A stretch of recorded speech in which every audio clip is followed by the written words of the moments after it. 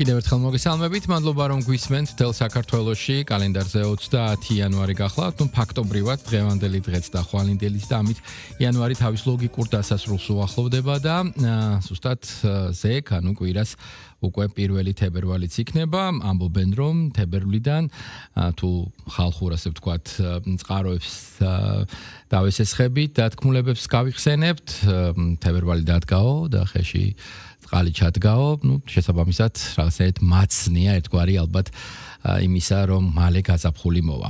თუ გადავავლებთ თვალს ამინდის პროგნოზს, როგორც მოკლეს ისე შედარებით პროგრესულ ადიანს, აღმოვაჩენთ რომ ტემპერატურა 30 იანვრისთვის, მაგალითად კონკრეტულად დღევანდელი დღისთვის არც თუ ისე დაბალია, მეტიც დასავლეთ საქართველოში საკმაოდ მაღალი ტემპერატურა, დაახლოებით 19 გრადუსი, მაგალითად ქუთაისში, ბათუმში, ასევე ფოთშიც, ზუგდიდშიც თითქმის იგივე ტემპერატურაა, 18 გრადუსი. და საინტერესოა, როდემდე გაგრძელდება ეს თბილი ამინდები, ხვალ ზეგ მაზეგ თბილისში საკმაოდ უჩვეულოდ კარგი ზიანი ამინდი იქნება. ვინ თუ არა ამაზე უნდა ისაუბროს გარემოს ეროვნულმა სააგენტომ და სწორედ ამ სააგენტოს მეტეოროლოგი თამარ პაპაშვილი გვერდება პირდაპირ ეთერში. ქალბატონო თამარ, მოგესალმებით და მადლობას გიხდით გადაცემაში მონაწილეობისთვის. არ არსებობს ცუდი ამინდი და ამაზე ვთანხმდებით, მაგრამ ადამიანები, მოგეხსენებათ ყველაფერზე ვწუწუნებთ და მათ შორის ამინდიც ერთ-ერთი თემაა. მაგრამ ხშირად ხდება ისე რომ ამინდი, მაგალითად კონკრეტულად ზამთრის პერიოდში გვანებივრებს თბილი, ასე ვთქვათ, დღეებით. ამ შემთხვევაში როგორ გვაქვს საქმე, ეს პროგნოზი, რომელსაც ვხედავთ, რომელსაც ვაცნობთ ყოველდღიურად ჩვენს მსმენელს, როდემდე შეიძლება გაგრძელდეს და ბოლოს როგორ გადავავლოთ თვალი ჩვენს, ასე ვთქვათ, გარდერობსაც, ჯერ ისევ ზამთრის ტანსაცმელი დავტოვოთ თუ რაღაცნაირად მალე რომ გაზაფხული მოვა, ამის თადარიგიც დავიჭიროთ. დიახ, მოგესალმებით კიდევ ერთხელ ყველას. დიახ, თქვენ ძალიან კარგად დაიწყოთ და აღნიშნეთ, რომ საკმაოდ მაღალი ტემპერატურებია. ხა იანვრისთვის და იანვრისთვის ნორმისთვის, მაინც მაღალია, როგორც დასავლეთ ისე აღმოსავლეთ საქართველოში ამ დღეებში, მოწმენდილი, დასავლეთ საქართველოში უფრო მეტად თბილი ამინდია და ხვალ უკვე დღეს გუშინაც ესე იყო 18 გრადუსი დასავლეთ საქართველოს უმეტეს რაიონში და აღმოსავლეთში ყველაზე მაღალი რასაც მოვუყურებთ 11-12 გრადუსი იყო ისიც შიდა ქართლის ტერიტორიაზე.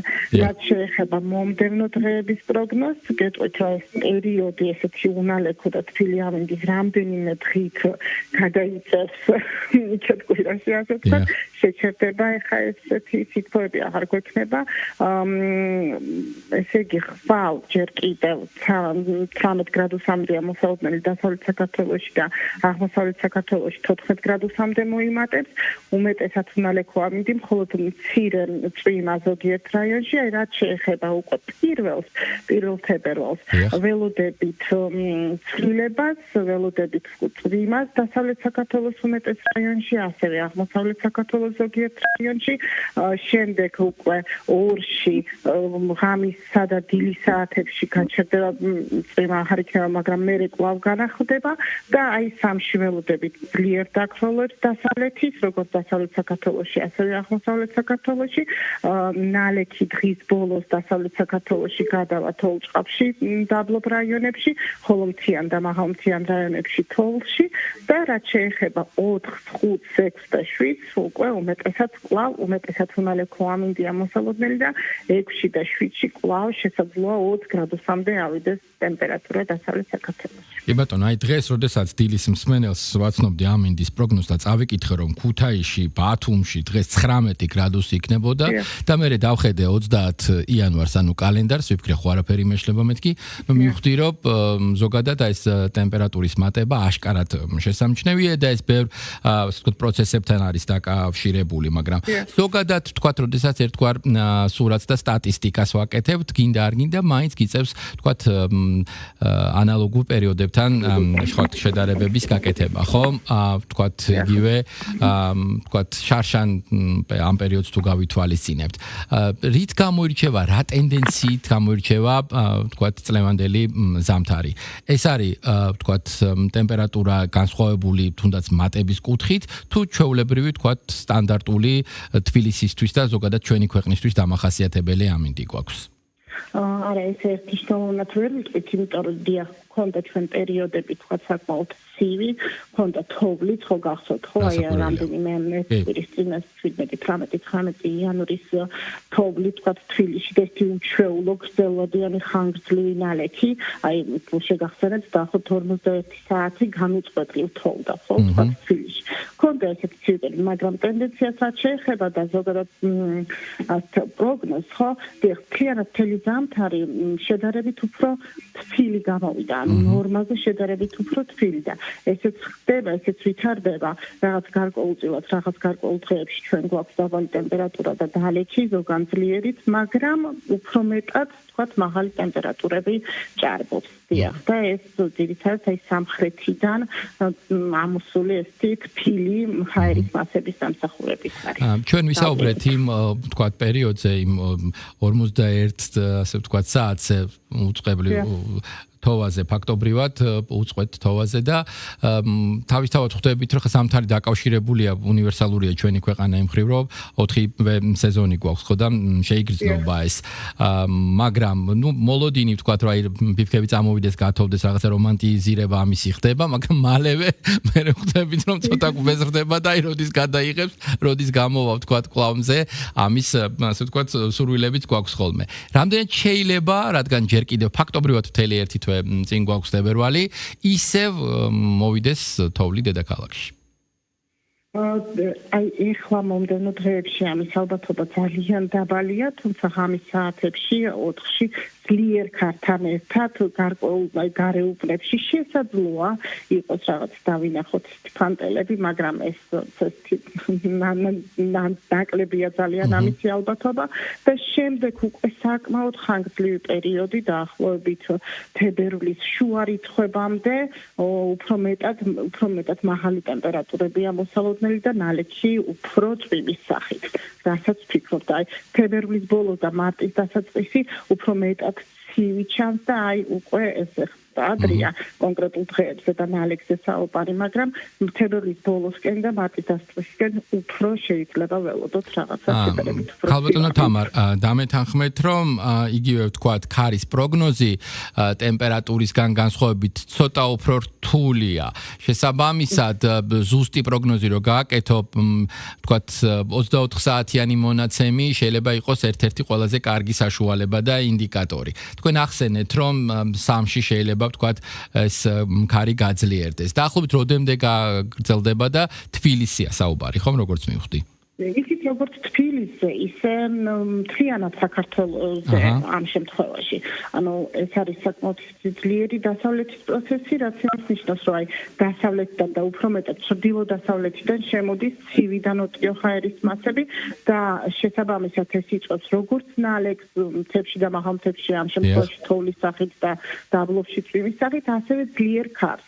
ანუ ეს იქნება დაქროლვების სახით, ეს დაქროლვები იქნება ხანგრძლივი არ იქნება სამში დასავლეთში ეს ქარი, მაგრამ აღმოსავლეთ საქართველოში ისევე როგორც გორში, ასევე თბილისში, ასევე კახეთის ზოგიერთ რეგიონში, ასევე მთებში და მაღალ მთებში. ვფიქრობთ, რომ საკმაოდ მთელი 3 დღე, თითქმის მთელი დღე და 4-ში დღის ღამის საათებში შენარჩუნებული იქნება. აი ძლიერი ქარი. მინდა კითხოთ ვთქვათ იგივე ზღვის ქალაქებში როგორი ამინდი შეიძლება იყოს ამ პერიოდის განმავლობაში თუ ვთქვათ შეგვიძლია ეს პროგნოზი გავაკეთოთ იგივე ვთქვათ აჭარაში, გურიაში როგორ არ შეგვიძლია ესე იგი როგორც უკვე გითხარით პირველში ველოდებით ნალექს ესე იგი უმეტეს რაიონში დასავლეთ საქართველოს ზოგან შესაძლოა ძლიერი ხასიათის მიიღოს ამას მან უფრო მეტად მთიან და მაღალმთიან ზონაში და ასევე სამრიცხვში.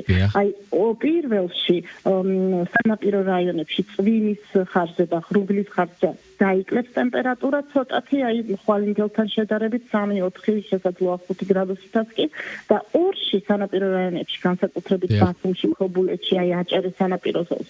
კვლავ შესაძლოა 13 გრადუსამდე მოიმატოს ტემპერატურა. შემდეგ უკვე ველოდებით დაქროლვას, საკმაოდ ძლიერ დაქროლვას დასავლეთის, სხვათა შტორმიც იქნება ზღვაზე, ტალღები იქნება, კვლავ იქნება ნალექი საკმაოდ ძლიერი და აი სამ რიცხვში მთელი დღე იქნება ცუდი ამინდი, წვიმის სახით სანაპირო რაიონებში და დღის ბოლოს შესაძლოა თოვლწყაბში გადავიდეს 3-ში დღის ბოლოს უფრო 4-ის ღამეში. ეს დაქროლვები საგრძნობი როდის იქნება 3-ში და 4-ში? აი როდის სრულდება ასე ვთქვათ ქარი? 3-ში. 4-ში დღის მეორე ნახევრიდან ისევ გამოდის ამი.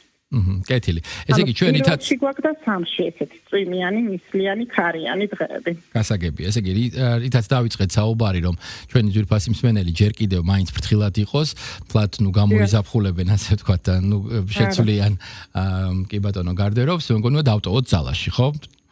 იმიტომ რომ თებერვალი გვაქვს წინ. მოგვატყუებს ეს 2-3 თბილი დღე. ერთად იქნება თბილი დღეები, თუმცა პერიოდულად გვექნება ესეთი ცივი ეპიზოდები. დრო და დრო ძლიერი ნალექით, ქარის გაძლიერებით და ტემპერატურის კლებით. კეთილი. უღრმესი მადლობა. გარემოს ეროვნული სააგენტოს მეტეოროლოგი თამარ პაპაშვილი საუბრობდა პირდაპირ ეთერში და როგორც მან მოგვახსენა, ამ 2-3 დღის განმავლობაში განსაკუთრებულად კარგი ამინდები გვექნება, მზიანი ამინდები, შემდეგ ქარი 2 დღის განმავლობაში ცოტა შეგვაწუხებს, მაგრამ ბოლოს მაინც ხვდებით, რომ ნელ-ნელა მივდივართ გაზაფხულისკენ და რაღაცნაირად უკვე მომდევნო პერიოდში გვექნება შესაძლებლობა, რომ ზუსტი პროგნოზისთვის კვლავ დაგიკავშირდეთ, კვლავ დაუკავშირდეთ თქვენს კოლეგებს და მოგვაწოდონ ინფორმაცია. დიდი მადლობა.